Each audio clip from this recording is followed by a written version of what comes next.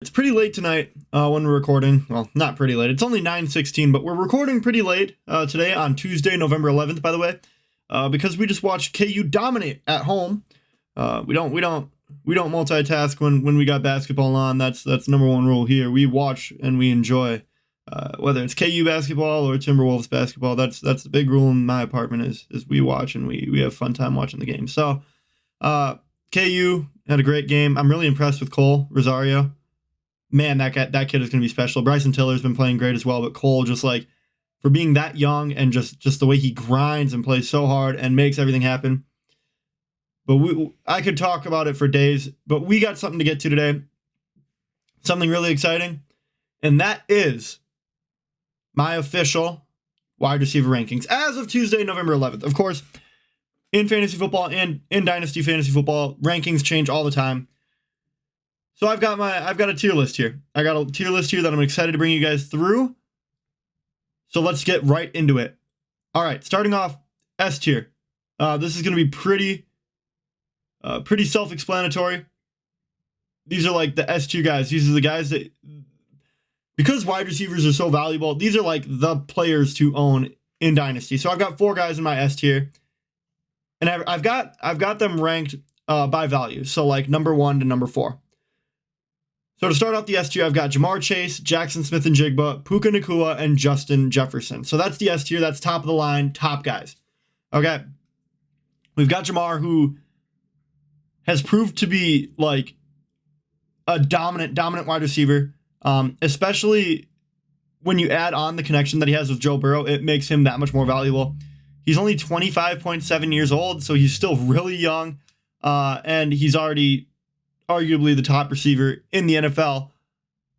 And the guy that I'd say he's in contention with is the guy that's been in every conversation for the past couple of years. Every year it's like, who is the best wide receiver in the NFL? Is it CeeDee Lamb or Justin? Or is it Jamar Chase or Justin? Or is it Tyreek Hill or Justin? The common denominator is Justin Jefferson. He has been in every conversation for like the last 5 years, and he's consistent. He balls out. He's played with like 4 different quarterbacks, it feels like, in the past a couple years, with going from Kirk, starting out with Kirk, then everybody that came in when Kirk tore his Achilles up, like Josh Dobbs, all those dudes, played great with them, played incredible with Sam Darnold, played okay, not great, but I mean, Carson Wentz also was struggling to throw the ball, and he's shown that he has a good connection with JJ McCarthy already. They're locker mates, and they have lockers right next to each other. So Justin Jefferson, he's getting a better thrower of the football, in my opinion. He's getting an upgrade, so I think that, yes, he's going to continue to rise. He is a little bit older, as crazy as that is to say. He's a little bit older at 26.4 years old, but I think that he deserves to be in this number 2 spot because he's Justin Jefferson. He balls out every year. It's as consistent as it gets. In the number 3 spot, we've got Puka Nacua, who, what doesn't this guy do? Physical, hard-nosed, has a super high target share in that LA Rams offense. Puka Nacua has proved this year, and he has dealt with injuries, and that's kind of like the knock on him. So I think that you can interchange him with Smith-Njigba, but Puka is an absolute baller. Jackson Smith-Njigba is right there at that 3-4 spot. I think those two are interchangeable. And Smith-Njigba could definitely, if he repeats this season, I could definitely see him sliding up into the number 1 or 2 spot as Jefferson and Jamar Chase continue to age. Puka Nacua, 24.4 years old, by the way. Jackson Smith-Njigba, 23.7. So the youngest player in the top 4. And yeah, with Sam Darnold and that Clint Kubiak offense, I think that it is very promising what we've seen, and I think that it's going to continue too. Jackson Smith-Njigba is a baller, and I love to watch him play. He is just exciting. So now, jumping forward to the A tier, this is kind of like the guys right below, like really, really close, knocking on the door. And I've got these guys ranked in order as well. So the first player in the A tier that I've got, and this might be controversial because he's dealing with an injury right now, but that's Malik Neighbors. I've got Malik Neighbors at my number 5 spot, first in the A tier, the youngest. He would be the youngest in the top. I think he's the youngest in my top 10 at 22.3 years old. He's even younger than Egbuka, who we're going to get to in a little bit. But yes, we've got Neighbors here at the 1. Then we got St. Brown Amon-Ra St. Brown, CeeDee Lamb, Drake London, Emeka Egbuka, and Rashee Rice in order right there. I really like that ranking. Yeah, Neighbors, the youngest, high target volume, can sustain it. We saw that last year. Freak injury this year. It just sucks to see it happen. But they have an exciting young core in New York with Neighbors, Jackson Dart, and Scattaboo. So I'm really excited to see him continue to play. Then we've got Amon-Ra St. Brown, who has been one of those elite contributors. Only reason he isn't higher is just because the other guys have played better, and Smith and Jigba and Puka Nacua are also younger. Then we've got CeeDee Lamb, who's also part of that draft class with that generational wide receiver draft class that saw, I believe the first one was Henry Ruggs, then Jerry Jeudy, then CeeDee Lamb. I might have Jeudy and CeeDee flipped. And then Justin Jefferson went fourth. I believe St. Brown was a part of that draft class. I'm going to double check that real quick. But he might have been 20. No, he was a year after. Okay. So he's still pretty young, too. He's 26 years old. CD's 26.6. Egbuka, we've got as 23.1. Believe it or not, Egbuka is older than CeeDee Lamb. Then we've got, Drake London and Rashee Rice. I've really loved what I've seen out of Drake London. He's 24 years old. And then Rashee Rice is 25.6. So, yeah, this is a really exciting tier that we've got right here. CeeDee Lamb has been doing it in Dallas. George Pickens has cut into a little bit of his target share, but I don't know if George Pickens is going to be in Dallas next year. And even if he stays, CD is still the alpha. Drake London, red zone target, 6'5", baller, freak athlete. The perfect wide receiver for Michael Penix to just throw those balls to. And then Emeka Egbuka, who is a clone of Jackson Smith and Jigba. Iowa State, they have a very similar play style. Love watching him play, and he's going to take over in Tampa as the old guard kind of moves out with Mike Evans and Chris Godwin. Then we've got Rashee Rice, who, when he's active and when he's not dealing with injury or suspension, has been very, very consistent, very reliable. And Mahomes' go-to target now that Kelsey's kind of getting up there in age. So that's what we've got in the A tier. Then in the B tier, right below the A tier, I've got these ones pretty close to ordered. But once you get to this spot, it gets really, really difficult to categorize, like to rank them, because they're all so close after the S and A tier. Like, I think the S tier is pretty clear to me. Then the A tier, I think there is a divide after Njigba and like between Njigba and Neighbors. But if Neighbors didn't get hurt, I would be very, very comfortable keeping him or putting him in that S tier. So that's what I've got right there. Then jumping down to the B tier, the next one. I'm going to go through all the names quick. We've got Ladd McConkey, Brian Thomas Jr., Marvin Harrison Jr., Teteroa McMillan, Garrett Wilson, Chris Olave, Jalen Waddle, Nico Collins, and George Pickens. All right, so with this tier, we've got a lot of guys, but I'd say that they're all pretty similar in value. And also, okay, I'm gonna preface with this. You might be wondering, where are like the rest of like the young guys who've like just recently been drafted? I can explain. I have two separate tiers. So I have a SAB. I must have misspelled it. I have SABD. I meant to have that as C. And then I have like three special tiers after that we're going to get to later. But I didn't want to categorize them with like the main list because I felt like they were just in a different category. And that's just what made sense in my brain. And it's my tier list. I can do it my way. That's the rule. But back to where we were. These guys are all very, very close. We've got Ladd McConkey, number one target in Los Angeles.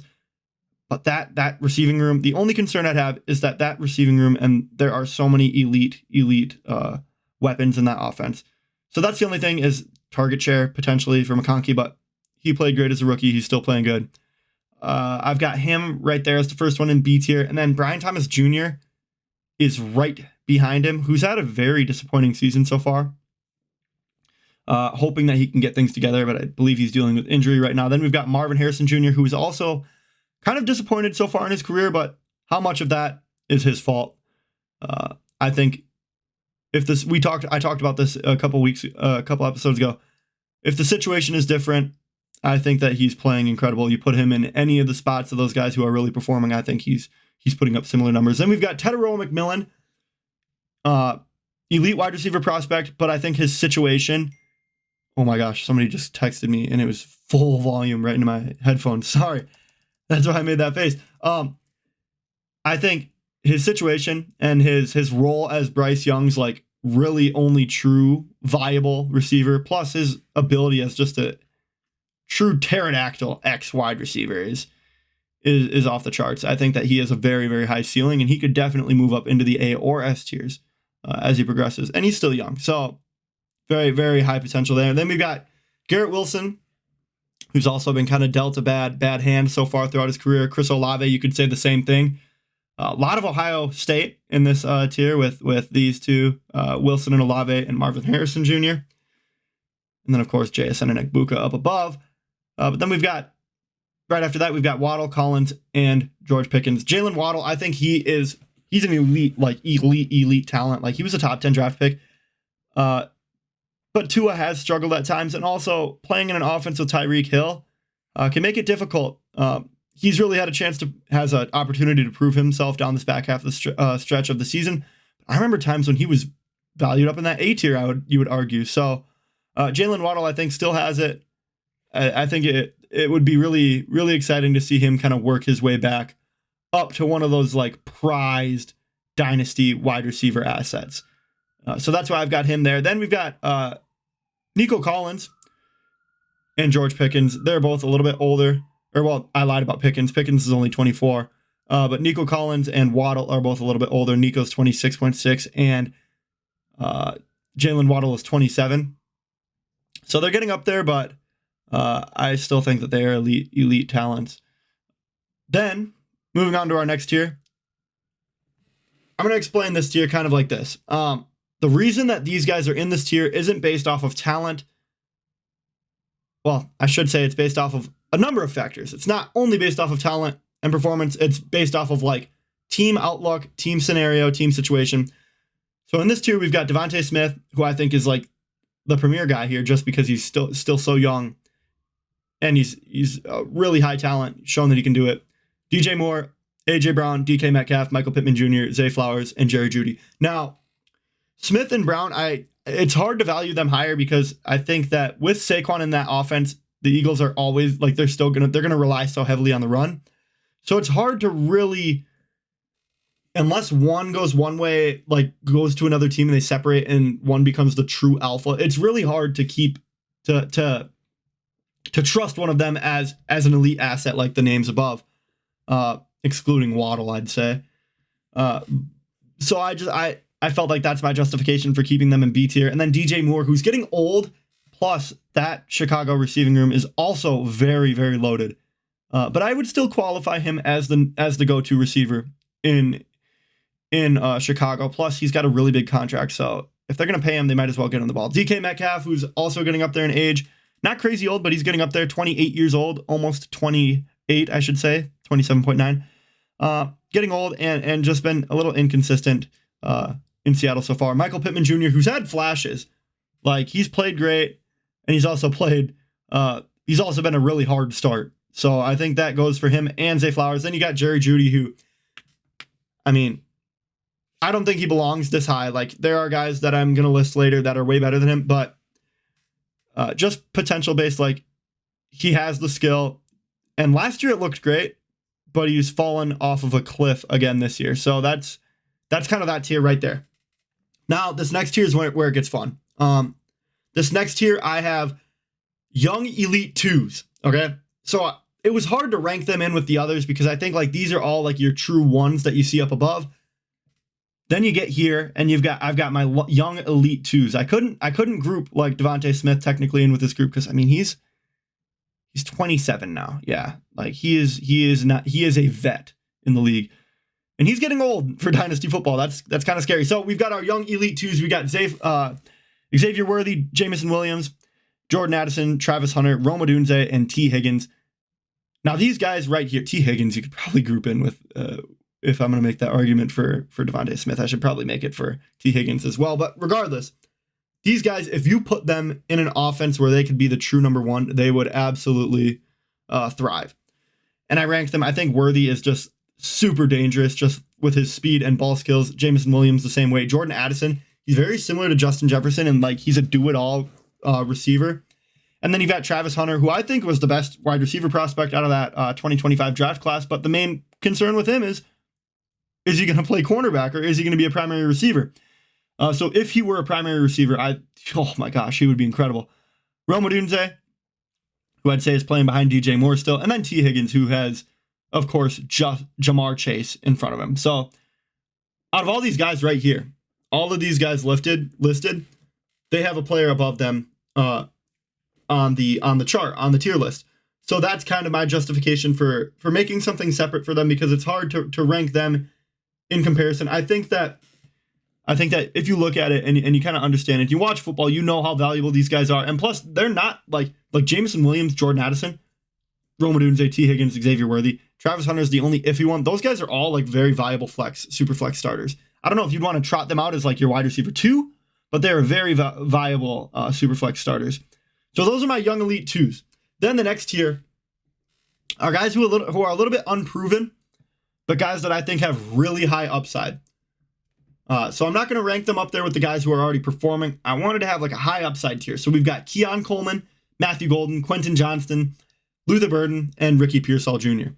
Or why did I say Ricky Pearsall Jr.? I think he's just Ricky Pearsall. Yeah, but these guys are all really young and have had relatively slow starts to their career. It took QJ a little while to get going, but he's doing great now. But he's still playing behind McConkey. We've got Keon Coleman, who I think is more of a developmental project in Buffalo. Matthew Golden, speed demon. If he can get things together, he's going to have a great career. Luther Burden, who's pre-draft, I was like, Luther Burden is going to be like a top 5 dynasty pick, like no doubt about it. But he goes to Chicago, and it's just not an ideal landing spot. He's got Rome and DJ Moore in front of him. And you can make the argument for Kyle Monangai, DeAndre Swift, and Colston Loveland. Cole Kmet, too. So it's just, there's only one ball, that concept. But I still think he has a very high upside. He's an elite playmaker. We all saw it at Missouri. And then Ricky Pearsall, who's a stud. But he's dealt with some things, some injuries. Of course, getting shot as a rookie. But I do like Pearsall, and I think that pretty soon they're going to phase out Brandon Ayuk, and he's going to really become the true primary guy. I think Jawan Jennings might be out after this year as well.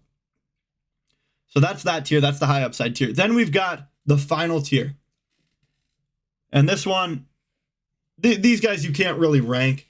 But I call it the Unk tier. Like, these guys are Unk status. They're old heads. They're getting up there. But you're still willing to throw these guys out as a wide receiver 2, as a super flex play. So I've got Cortland Sutton, Terry McLaurin, Deebo Samuel, Cooper Kupp, Mike Evans, Tyreek Hill, Devontae Adams, Calvin Ridley, DeAndre Hopkins, just out of courtesy because he's had a great career, and Stephon Diggs. I don't even think I'm not starting Hopkins in any leagues, but all these other guys, with the exception of Tyreek Hill because he's hurt, I think you'd feel comfortable starting. Of course, with some being more valuable than others, like McLaurin and Sutton. But these guys are all old, so their value is very contender-based. If you're a contender, you like to own these guys. But other than that, they're not too useful. So that's currently kind of how I'm looking at my rankings. I plan next week to do like a full dynasty, like rankings, like every position, the top players. So we'll do like a similar tier list to this. But the sections might be broken up a little bit more because it would be like running backs, tight ends, wide receivers, and quarterbacks. So Superflex, 12-team dynasty. These are my tier rankings right now. And I like I said, I kind of do it unique, but I hope that it makes sense to the viewers. So it was a good exercise, good time to kind of take a step back, look at my rosters, and look at like the dynasty market as a whole, and really assess how I should be valuing these guys. So that's my list, and I was happy to share it with you guys, and we will catch you later this week.